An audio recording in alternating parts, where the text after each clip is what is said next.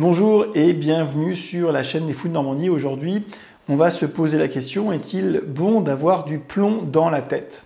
Alors, cette question, elle a été posée dans cet article du JAMA qui est sorti il y a quelques jours, dont vous trouverez comme d'habitude le lien dans la description de cette vidéo.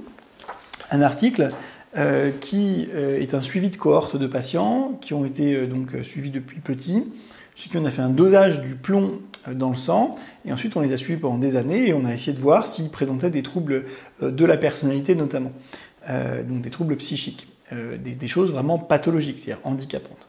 Eh bien, on s'est rendu compte qu'avoir du plomb dans la tête, en tout cas dans le sang, eh bien c'était pas une bonne idée. Hein. Alors on pouvait évidemment s'y attendre, mais encore fallait-il le prouver, on l'a prouvé. Cette étude l'a prouvé. Alors c'est un lien statistique, c'est pas un lien de causalité. Hein. On ne dit pas cette étude ne permet pas de conclure que c'est directement l'effet du plomb qui crée des troubles psychiques, c'est certain, mais il y a un lien statistique, une corrélation.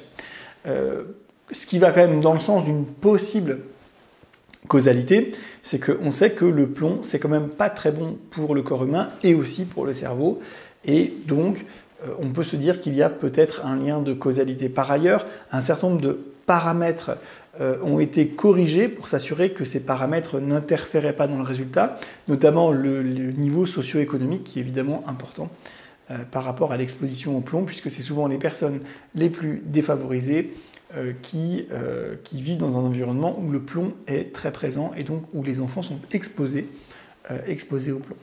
Ce qui est intéressant dans cette étude aussi, c'est qu'il y a un lien statistique proportionnel à l'exposition. C'est-à-dire que plus les enfants étaient exposés à des doses élevées de plomb, plus ils avaient un risque élevé de présenter des troubles de la personnalité pathologique.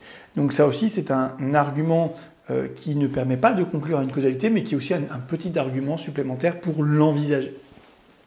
Donc, résultat, il ne fait pas bon avoir du plomb dans la tête.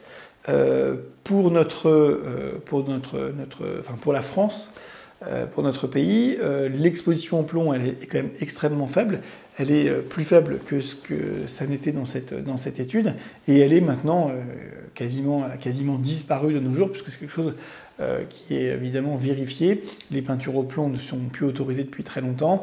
Il ne reste que quelques immeubles insalubres, malheureusement qui existent encore, où des gens malheureusement s'entassent dans des locations de vendeurs de sommeil.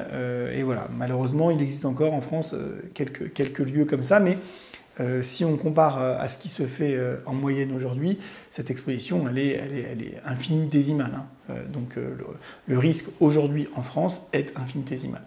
Voilà, écoutez, j'espère que cette vidéo vous a intéressé. Je vous dis à très bientôt dans une autre vidéo. Bye.